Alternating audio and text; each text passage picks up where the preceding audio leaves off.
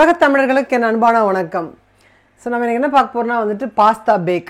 நார்மலாக பாஸ்தா பண்ணுவோம். அந்த பாஸ்தாவே வந்து நம்ம அவனில் போட்டு நம்ம பேக் பண்ணால் இன்னும் நல்லா டேஸ்ட்டாக இருக்கும்.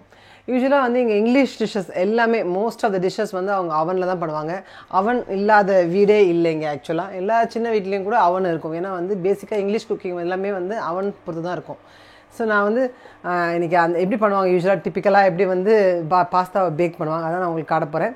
ஒருவேளை உங்ககிட்ட அவன் இல்லைன்னா நீங்கள் வந்து நம்ம நார்மலாக கேக்கை வந்து அடுப்பு மேலே வந்து பேக் பண்ணுறது வந்து பார்த்துருக்கோம். அந்த மாதிரி நீங்கள் வந்து ட்ரை பண்ணி பார்க்கலாம். பட் நான் எனக்கு டைம் இல்லை, நான் அது மாதிரி ட்ரை பண்ணி பார்க்கல. நான் அது மாதிரி அவன் இருக்கனால நான் அவனில் தான் யூஸ் பண்ணியிருக்கேன். பட் நீங்கள் ட்ரை பண்ணி பாருங்கள் ஒருவேளை அவன் இல்லைன்னா. ஸோ நம்ம வந்து பண்ண போகிறோன்னா வந்துட்டு உங்களுக்கு பிடிச்ச பாஸ்தா எடுத்துக்கலாம். என்ன கலரில் வேணால் என்ன ஷேப்பில் வேணால் எடுத்துக்கலாம். நான் இன்றைக்கி என்ன எடுத்துருக்கேன்னா வந்துட்டு இந்த மாதிரி மல்டி கலர் பாஸ்தா எடுத்திருக்கேன். ஆக்சுவலாக இது வந்து இப்போ இன்க்ரீடியன்ஸ் பார்த்திங்கன்னா வீட் பாஸ்தா தான் எடுத்திருக்கேன். ஸோ வீட் பாஸ்தா நல்லா ஹெல்த்தியான பாஸ்தா தான். ஸோ நல்லா கலராக இருக்குது. ஸோ அந்த பாஸ்தா வந்து கொஞ்சம் இன்ட்ரெஸ்டிங்காக இருக்கும் பசங்களுக்காக அப்படி எடுத்திருக்கேன் நான். ஸோ இது கூட நமக்கு எப்பவுமே வந்து சிம்பிளான இன்க்ரீடியன்ஸ் தான் வேணும். யூஸ்வலாக வந்து இந்த மாதிரியான இட்டாலியன் ஐட்டம்ஸ்லாம் ஆலிவ் ஆயிலில் தான் பண்ண நல்லாயிருக்கும். ஸோ ஆலிவ் ஆயில் எடுத்துக்கலாம்.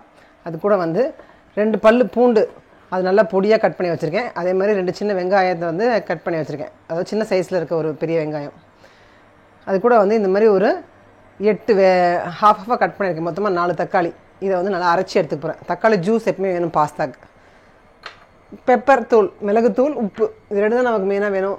அது கூட வந்து சீஸ் போட நல்லாயிருக்கும், செட்டார் சீஸ். ஸோ அது வந்து நம்ம கடைசியில் தூவ போகிறோம் மேலே பேக் பண்ணுறதுக்கு முன்னாடி. அது கூடவே கொஞ்சம் பிரெட் க்ரம்ஸ் வீட்டில் பண்ணதும் இருக்கலாம், இல்லை கடையில் வாங்கினதும் எடுத்துக்கலாம். நீங்கள் நான் இன்றைக்கி இதை யூஸ் பண்ண போகிறேன், golden bread crumbs. So first வந்து பாஸ்தா வேக வச்சுக்க போகிறோம்.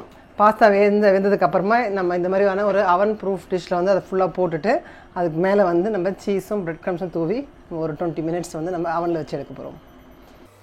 ஸோ ஒரு பாஸ்தா வந்து நம்ம வேக வச்சுக்க போகிறோம். ஸோ நிறையா தண்ணி ஊற்றிக்கோங்க ஃபுல்லாக. அது கூடவே வந்து கொஞ்சமாக உப்பு போட்டு வேக வச்சுக்கலாம்.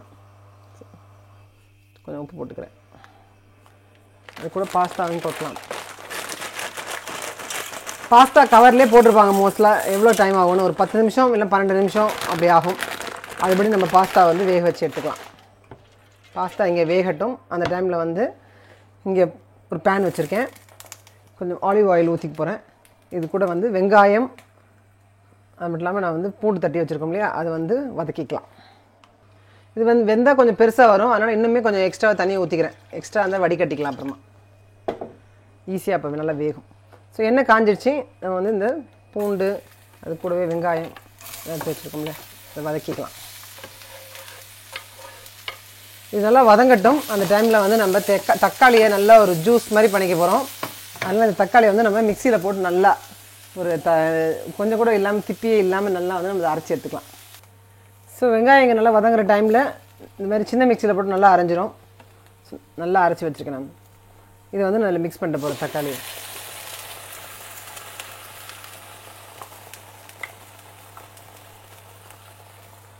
இந்த டைமில் வந்து நம்ம அவனை வந்து ஆன் பண்ணி வச்சுக்கலாம். அவன் நல்லா ரொம்ப ஹை ஹீட்டில் தான் வைக்கணும்.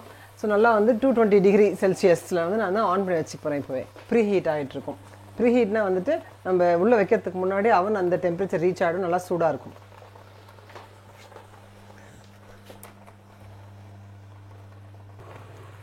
ஸோ தக்காளி வந்து கொதிக்கிற டைமில் நம்ம வந்து மிளகுத்தூள் எடுத்து வச்சுருக்கோம்ல, அந்த மிளகுத்தூளும் போடலாம். இதுவும் காரத்துக்கு ஏற்ப தான், பசங்க எவ்வளோ சாப்பிடுவாங்க அதை பொறுத்து தான்.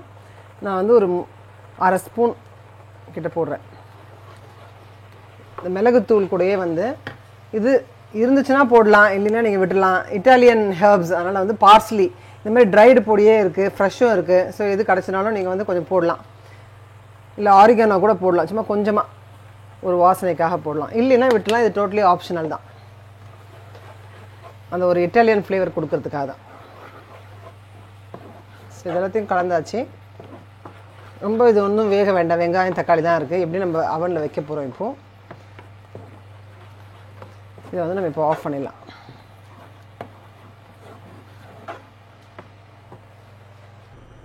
ஸோ நம்ம இந்த கிரேவிக்கும் வந்து தனியாக உப்பு போட்டுடணும். கொஞ்சம் தான் பாஸ்தாக்கு தான் போட்டிருக்கோம். ஸோ இதுக்கும் வந்து ஒரு 1/2 ஸ்பூன் வந்து 3/4 ஸ்பூன் வரைக்கும் உங்கள் கிரேவியோடைய அமௌண்ட்டை பொறுத்து போட்டுக்கலாம். ஸோ பார்த்தீங்கன்னா ஒரு 12 மினிட்ஸில் பாஸ்தா நல்லா பெருசாக நல்லா வெந்துச்சு. நம்ம வந்து இப்போ தண்ணியை வந்து நம்ம வடிகட்டிக்கிற போகிறோம்.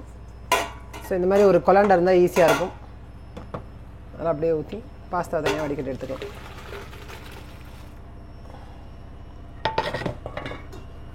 இப்போ பாஸ்தா ரெடி ஆகிடுச்சு, மற்றபடி அதோட சாஸும் ரெடி ஆகிடுச்சு. நம்ம எல்லாத்தையும் மொத்தமாக அசம்பிள் பண்ணி அந்த ட்ரேயில் போட்டு அவனில் வைக்க போகிறோம்.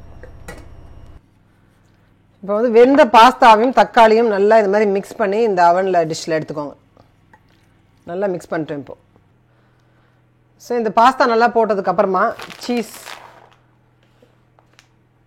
போட்டுக்கலாம். நல்லா அது கூடவே வந்து பிரெட் க்ரம்ஸும் போட்டுக்க போகிறோம். நான் எடுத்துக்கிறது வந்து செட்டார் சீஸ். ஃபுல்லாக சீஸில் வந்து நம்ம கொஞ்சம் இதை கவர் பண்ணிடணும். இதனால் ஒரு சீஸி பாஸ்தா தான் இது. மேலே இருக்க சீஸும் பிரெட் க்ரம்ஸும் நல்ல ஒரு கலர் கொடுத்து நல்ல ஒரு ஃபினிஷ் கொடுக்கணும் அந்த டிஷ்க்கு. ரெகுலராக பாஸ்தா சாப்பிட்றத விட இந்த மாதிரி டிஷ் பண்ணும்போது கொஞ்சம் டிஃப்ரெண்ட்டாக நல்லாயிருக்கும். பசங்களுக்கு ரொம்ப பிடிக்கும்.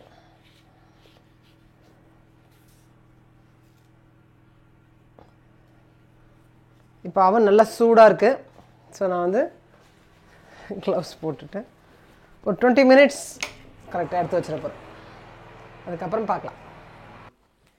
ஸோ நல்லா ஒரு 25 மினிட்ஸ்க்கு அப்புறம் நான் எடுத்துருக்கேன். ஆக்சுவலாக நல்லா ஒரு 20 to 25 மினிட்ஸ் வச்சுருங்க. ஒரு பாஸ்தா அளவு பொறுத்து மேலே நல்லா இதுமாதிரி கொஞ்சம் கோல்டன் ப்ரௌனாக இருந்தால் நல்லாயிருக்கும். சீஸும் வந்து நல்லா மெல்ட் ஆகிருக்கு.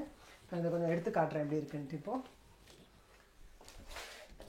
சரி, இதை சர்வ் பண்ணுறச்சே நம்ம அடியிலேருந்து எடுக்கணும். நல்லா சூடாக இருக்கும், பார்த்து எடுக்கணும். இந்த மாதிரி எடுத்து நம்ம சர்வ் பண்ண நல்லாயிருக்கும். பாஸ்தா அந்த சீஸோட அந்த பிரெட் க்ரம்ஸோட அந்த பாஸ்தா நல்லா டேஸ்ட்டாக இருக்கும்.